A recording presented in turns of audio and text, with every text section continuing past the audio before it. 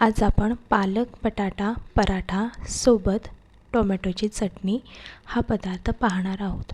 मुलं पौष्टिक पदार्थ खात नाहीत, पालेभाज्या त्यांच्या पोटात गेला पाहिजेत, परंतु बटाट्याचा पराठा हा सर्वच मुलांना आवडतो। तर त्यामध्ये एक नवीन व्हेरिएशन्स घेऊन मी आजची ही रेसिपी तयार करत आहे। ही रेसिपी खूप अतिशय सुंदर, मुलांना टिफिनसाठी सुद्धा खूप उपयुक्त अशी ही रेसिपी आहे। तर तुम्ही सर्वांनी आपल्या मुलांना नक्की करून द्या। तर यासाठी मी पहिल्यांदा 3 बाउल गव्हाचं पीठ घेतलेलं आहे। 3 बाउल गव्हाच्या पिठासाठी आपण या रेसिपीमध्ये 6 चमचे डाळीचं पीठ म्हणजेच बेसन वापरणार आहोत। म्हणजे एका वाटीला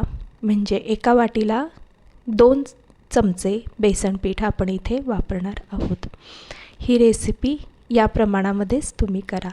त्यासोबत मी लसूण, मिरची, ओवा, जिरे आणि अद्रक याची पेस्ट तयार करून घेतलेली आहे आणि ही सर्व पेस्ट मी या पिठामध्ये मिक्स करत आहे। तुम्हाला जर आणखीन मसाले हवे असतील तरी तुम्ही यामध्ये ॲड करू शकता, परंतु मी लहान मुलांसाठी करत आहे म्हणून मी यामध्ये एवढेच मसाले वापरले आहेत।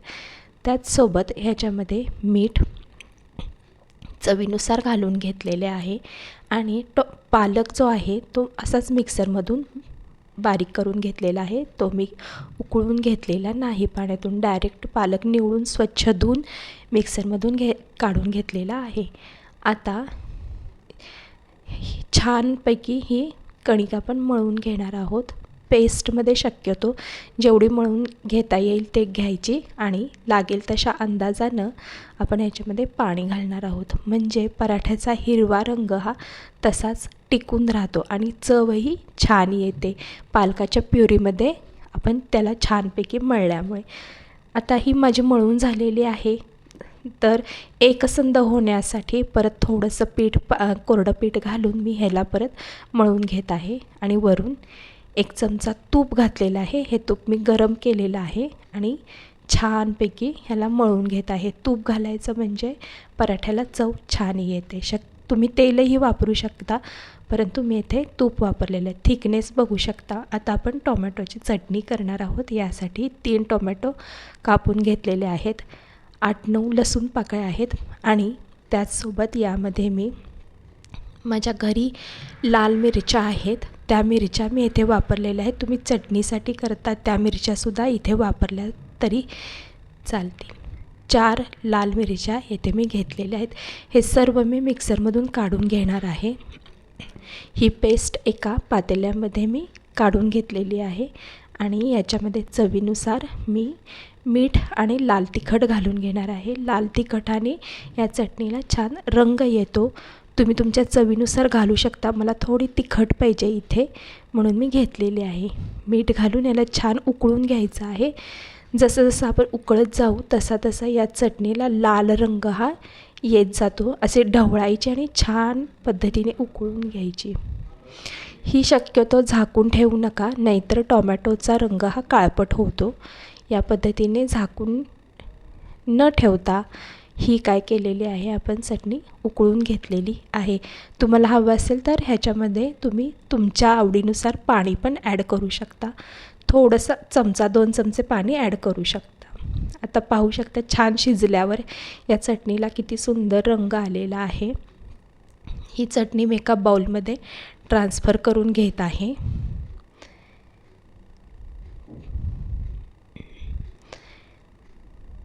बाउलमध्ये ट्रान्सफर करून घेतल्यामुळे आणि आता इथे मी बटाट्याचं सारण तयार करत आहे। बटाट्याचं सारण तयार करण्यासाठी एका बाउलमध्ये 2 बटाटे उकडून घेतलेले आहेत। उकडून फ्रीजमध्ये ठेवायचे आणि खिसणीने खिसून घ्यायचे। चवीनुसार मीठ घातलेलं आहे आणि त्याचप्रमाणे याच्यामध्ये थोडंसं लाल तिखट घातलेलं आहे। तुम्हाला पाहिजे तर तुम्ही याच्यामध्ये आणखीन मसाले ॲड करू शकता, मला नको आहेत म्हणून मी नाही घातले। थोडीशी हळद घातलेली आहे आणि थोडा कांदा घालायचा, म्हणजे काय होईल चव्यातच या पराठ्याचं स्टफिंग छान होते। छान स्टफिंग तयार करून घेतलेलं आहे आणि आता हे स्टफिंग मी साईडला ठेवून आता पराठा तयार करून घेतलेला आहे. मधलं तुम्हाला रेकॉर्डिंग मी चालू केलं नसल्यामुळे दिसू शकत नाही, परंतु ठीक आहे. हा पराठा भाजल्यानंतर मी तुम्हाला परत अजून एक पराठा तयार करून दाखवते. आता आपण छान पद्धतीने भाजून घेऊया. हा पराठा खरपूस असं भाजून घ्यायचा आहे, म्हणजे चवीला छान लागतो. थोडंसं तेल घालून घेतलेलं आहे. तेल लावून तूप लावून तुमच्या आवडीनुसार तुम्ही हा पराठा भाजून घेऊ शकता. मध्ये माझं रेकॉर्डिंग थांबलं होतं. आता मी तुम्हाला दाखवते. छोटी पोळी लाटायची पुरीसारखी, त्याला तेल लावायचं आणि एक बटाट्याचा पण छोटासा गोळा घ्यायचा आणि तो काय करायचा, त्या पुरीवरती ठेवायचा आणि साईडून असा आपण त्याला लॉक करून घ्यायचा आणि त्याचा पराठा आपण काय करणार आहोत, तयार करून परत एकदा भाजून घेणार आहोत. अतिशय पौष्टिक अशी रेसिपी आहे. मुले शक्यतो भाज्या खायचा टाळतात, तर ही रेसिपी तुम्ही नक्की करून बघा. ही तुमच्या मुलांना नक्की आवडेल. आणि माझ्या चॅनेलला सबस्क्राईब करा, लाईक करा आणि तुमच्या मित्रमैत्रिणींपर्यंत शेअर करा नक्की. छान असा बटाटा पालक पराठा तयार आहे. थँक्यू.